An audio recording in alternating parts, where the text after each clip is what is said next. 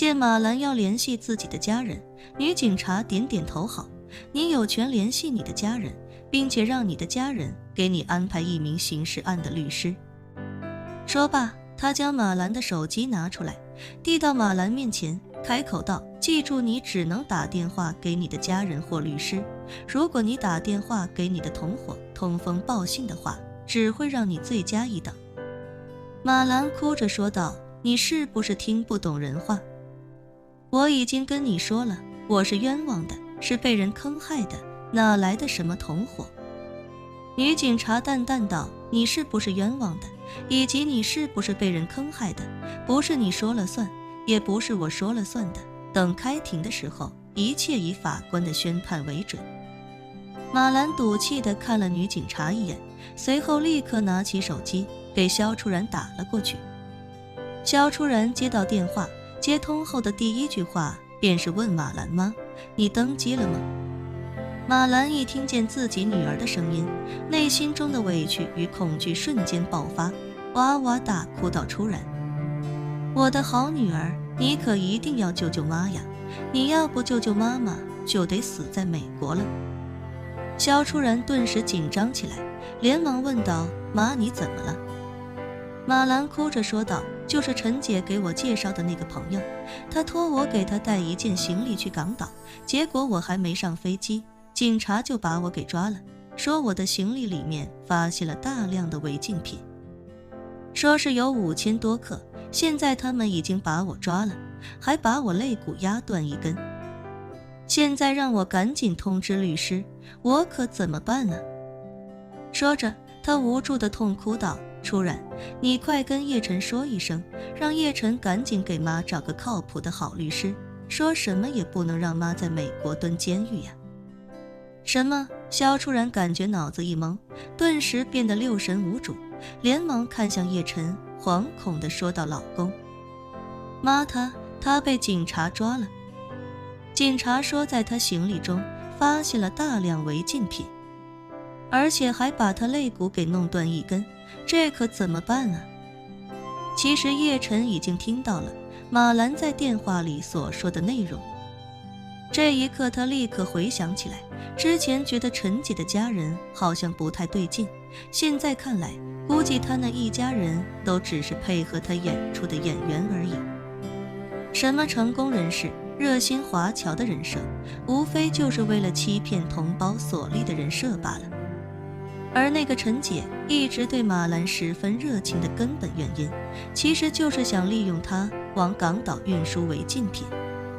萧初然此时已经慌了神，他控制不住地流出眼泪，问叶晨老公，现在应该怎么办啊？警察说要让妈请个律师，或者他们给指派一个。叶晨点了点头，道，你告诉妈在里面先不要乱说话，我这就找我在美国的客户帮忙，安排一个有经验的律师过去。萧初然忙问老公，你在纽约的客户这方面专业吗？他有这方面的资源吗？叶晨认真到放心，他在纽约还算得上有点势力的，安排一个好律师应该不在话下，肯定要比警察安排的公职律师要强得多。萧初然忙道，那你赶紧给你那个客户打个电话，请他帮帮忙吧。妈说警察告诉他，这件事情要是洗脱不了嫌疑的话，恐怕是要被判终身监禁的。叶晨倒是非常淡定地说道，这种事情是急不得的，你只要记住一点，妈本身主观上肯定不可能，明知道是违禁品还故意携带，所以只要能证明这一点，就能证明她是无辜的，那样也就不用承担任何刑事后果。电话那头的马兰听到叶晨的话，哭着说道，好女婿，理儿确实是你说的那么个理儿，可关键是如果抓不到人的话，就死无对证了呀。叶晨开口道，妈，你不用担心，也不用害怕，这件事情一定能够圆满解决，只不过可能会稍微麻烦一点，这段时间就得委屈你一下了。马兰哭着问道，就我啊，好女婿。妈好害怕啊，这要是搞不好，妈就得是终身监禁了。妈是进过看守所的人，那里面可太恐怖了。叶晨认真道：妈，你放心，我保证你不会被判终身监禁。这件事情在初然毕业之前一定能解决，到时候你一定能跟我们一起回国。马兰连忙问道：好女婿，你说的都是真的吗？现在距离初然毕业回国也就半个多月了。叶晨嗯了一声，道：你放心，我叶晨一定说到做到。听到叶晨坚定的语气，马兰因为恐惧而紧绷的神经终于稍稍舒缓了一些。他哭着说道：好女婿，妈后半辈子可就全靠你了，你可千万不能食言啊。叶晨淡淡道：妈，这件事情过后，我希望你能够常常记醒，千万不要再随便相信别人，更不要每天只想着贪小便宜，最终因此吃了大亏。马兰在电话那端点头如捣蒜一般的哽咽道：你放心，只要这次能够重获自由，以后就是把金山银山摆在妈的面前，妈也绝对不会起贪念了。想到这里，马兰又想起自己因为偷叶晨银行卡被警察抓走的事情，自己都恨不得抽自己2个大嘴巴，心中暗骂：马兰啊马兰，你真是蠢得要死。之前已经有过一次教训了，这次怎么还能上这种恶当？叶晨的卡里怎么可能有几百亿？同样的道理，一个刚认识的人怎么可能送你一辆几百万的车，还邀请你去他的别墅度假？这种明摆着不可能的事情，你怎么就不长记性呢？